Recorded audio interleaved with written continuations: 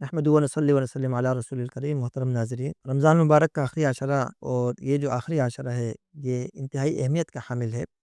اور اس کی ایک بڑی وجہ یہ ہے کہ اس آخری عشرے کے اندر اللہ تبارک و تعالیٰ نے ایک رات ایسی رکھی ہے کہ جسے قرآن مجید میں لیل مبارکہ کہا گیا ہے، لیلۃ القدر کہا گیا ہے. یعنی یہ وہ رات ہے جس کے اندر اللہ تبارک و تعالیٰ نے قرآن مجید کو نازل فرمایا ہے.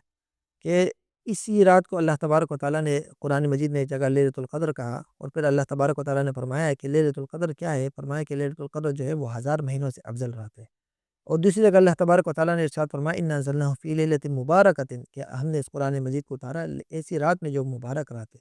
تو عزیزان محترم، دیکھیں قرآن مجید کا جو نزول ہے، جیسے آپ جانتے ہیں یہ کہ اس کا نزول دو حصوں میں ہوا. ایک پہلی دفعہ وہ لوح محفوظ سے اس کو اتارا گیا، اور پھر دوسرے حصے کے اندر اس کو جو ہے آہستہ آہستہ کر کے 23 سالوں میں نازل کیے گئے. تو یہ جو پہلا دفعہ کا جو نزول، یعنی پہلا فیز تھا، اس کو جو ہے لیل مبارک لیلۃ القدر کی رات میں وہ پورا کیا گیا. اور اسی لیل مبارکہ کو لیلۃ القدر کہا جاتا ہے جو رمضان مبارک کے مہینے کے اندر واقع ہے.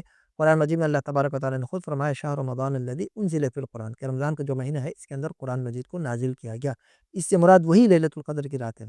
عزیزان محترم، یہ جو لیلۃ القدر کی رات ہے، اللہ تبارک و تعالیٰ نے اس رات کو ہزار مہینوں سے افضل قرار دیا. یعنی تقریباً یہ 83 پلس کچھ جو ہے سال بنتے ہیں، کہ یعنی 83 سال آپ اندازہ کیجئے کہ ایک رات ہے. اور ایک مسلمان اس رات میں جب عبادت کرتا ہے تو گویا کہ وہ ایک رات کی عبادت کرتا ہے، اور اس کو ثواب جو ہے وہ ہزار مہینوں یعنی اس سے بھی زیادہ. کیونکہ اللہ تبارک و تعالیٰ نے فرمایا خیر من الف شہر، یعنی یہ ہزار مہینوں سے بھی بہتر ہے. اب کتنی بہتر ہے اس کا ہمیں علم نہیں ہے. عزیزان محترم، یہ جو رات ہے، نبی علیہ الصلوۃ والسلام نے مسلمانوں کو اس رات کی تلاش کرنے کا حکم دیا.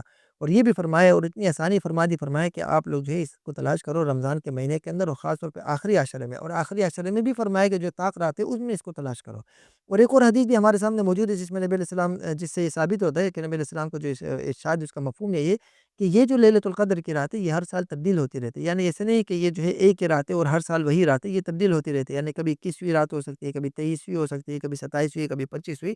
تو اسی لیے عزیزان محترم، یہ جو رات ہے یہ ہر مسلمان کے لیے بہت بڑے غنیمت والا حصہ ہے. یعنی اس کے لیے ایک بہت بڑا غنیمت ہے، اس کی زندگی میں ایک بہت بڑی غنیمت ہے کہ وہ اس رات کو پالے اور اس کی عبادت کرے. اور نبی علیہ الصلوۃ والسلام باقاعدہ رمضان کے جو راتیں ہیں اس میں جو ہے وہ نبی علیہ الصلوۃ والسلام اعتکاف فرماتے تھے اس لیلۃ القدر کی تلاش میں. حدیث میں آتے ہے کہ نبی علیہ الصلوۃ والسلام نے ایک سال جو ہے رمضان کے پہلے 10 دنوں میں اعتکاف فرمایا لیلۃ القدر کی تلاش میں. پھر درمیان کے جو 10 دن ہے اس میں اعتکاف فرمایا، اور پھر آخری 10 دنوں میں اعتکاف فرمایا صرف لیلۃ القدر کی تلاش میں. اور پھر فرمایا ہے کہ میں نے لیلۃ القدر کو تلاش کیا، پہلے عشرے میں مجھے نہیں ملی، دوسرے عشرے میں نہیں ملی، اور پھر آخری عشرے میں نبی علیہ الصلوۃ والسلام کو یہ رات مل گئی.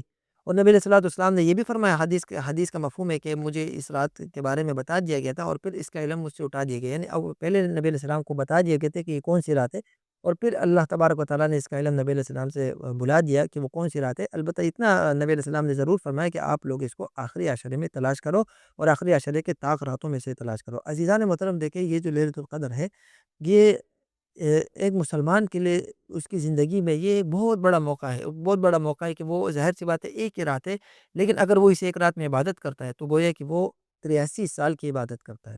تو ایک طرف اگر ایک مسلمان 83 سال دیکھے اور اس کی عبادت، ظاہر سی بات ہے بہت مشکل کام ہے، لیکن اللہ تبارک و تعالیٰ ہر سال اس کو رمضان کے مہینے میں یہ موقع فراہم کرتے ہیں کہ وہ جو ہے ایک رات عبادت کرے تو اس کو 83 سال کی راتوں کا عبادت کا ثواب مل جائے گا. اسی لیے علماء نے فرمایا کہ انسان کو چاہیے کہ وہ رمضان کے جو آخری عشر ہے اس کی ہر رات میں وہ عبادت کرنے کی کوشش کرے، ہر خصوصاً طاق راتوں میں، اور ہو سکے تو ہر رات میں کچھ نہ کچھ عبادت کو لازمی کرے تاکہ وہ اس مہینے کو پالے. حدیث نبی علیہ الصلوۃ والسلام نے فرمایا کہ من قام لیلۃ القدر ایمانا واحتسابا غفر له ما تقدم من ذنبه، کہ جو آدمی لیلۃ القدر کی رات کو جو ہے وہ قیام کرے گا ایمان کی حالت میں اور ثواب کی نیت اللہ تعالیٰ سے ثواب کی امید کر کے، تو فرمایا کہ اس کے پچھلے سارے گناہ معاف ہو جائیں گے. تو عزیزان محترم، اسی لیے یہ جو آخری عشرہ ہے ہمیں اس کی راتوں کی قدر کرنی چاہیے. بجائے اس کے کہ ہم ان راتوں میں جو ہے مارکیٹوں کا رخ کریں، عید کی شاپنگیں شروع کریں، یا جیسے ہمارے یہاں اللہ معاف کرے کہ گراؤنڈ سج جاتے ہیں اور مختلف ٹورنامنٹس وغیرہ ان کے آخری مراحل شروع ہو جاتے ہیں، ان سب سے بہتر ہے کہ انسان ان راتوں کو اپنی عبادت کے لیے خاص کر دے. کیونکہ ظاہر سی بات ہے یہ راتیں پورے سال انسان کو ان راتوں کو نہیں پا سکتا، اور خاص طور پہ جو لیلۃ القدر کی رات ہے ظاہر سی بات ہے وہ پھر آپ پورے سال عبادت کر کے وہ چیز نہیں حاصل کر سکتے ہو جو اللہ تبارک و تعالیٰ نے آپ کو اس آخری 10 راتوں کے اندر جو ایک نعمت عطا کی ہے۔ لہٰذا ہم سب کو چاہیے کہ ابھی سے اس کے لیے محنت شروع کرے۔ حضرت عائشہ رضی اللہ عنہا کی حدیث ہے کہ نبی علیہ الصلوۃ والسلام جب آخری رمضان کے آخری 10 راتیں شروع ہو جاتی داخل ہونے لگتی تو نبی علیہ الصلوۃ والسلام جو ہے ان کی راتوں کا قیام فرماتے اور کمر کس لیتے تھے عبادت کے لیے۔ حدیث کے اندر آتا ہے کہ اپنی کمر کس لیتے تھے اور اپنے گھر والوں کو بھی عبادت کے لیے جگاتے تھے۔ تو لہٰذا ہم سب کی ذمہ داری ہے کہ سب سے پہلے تو خود اور دوسرے نمبر پر پھر اپنے گھر والوں کو بھی عبادت کے لیے تیار کرے اور پورے گھر کے اندر ایک ماحول بنائے ان راتوں میں عبادت کا، تاکہ بجائے اس کے کہ یہ راتیں ہمارے ادھر ادھر کے گپ شپ میں اور شاپنگوں میں اور ادھر ادھر کی چیزوں میں ضائع ہونے سے بچ جائے اور اچھے طریقے سے ہم ان راتوں میں عبادت کر سکے اور لیلۃ القدر کی فضیلت کو حاصل کر سکے۔ تو ہے کہ اللہ تبارک و تعالیٰ ہم سب کو عمل کی توفیق عطا فرمائے۔ وآخر دعوانا الحمد للہ رب العالمین۔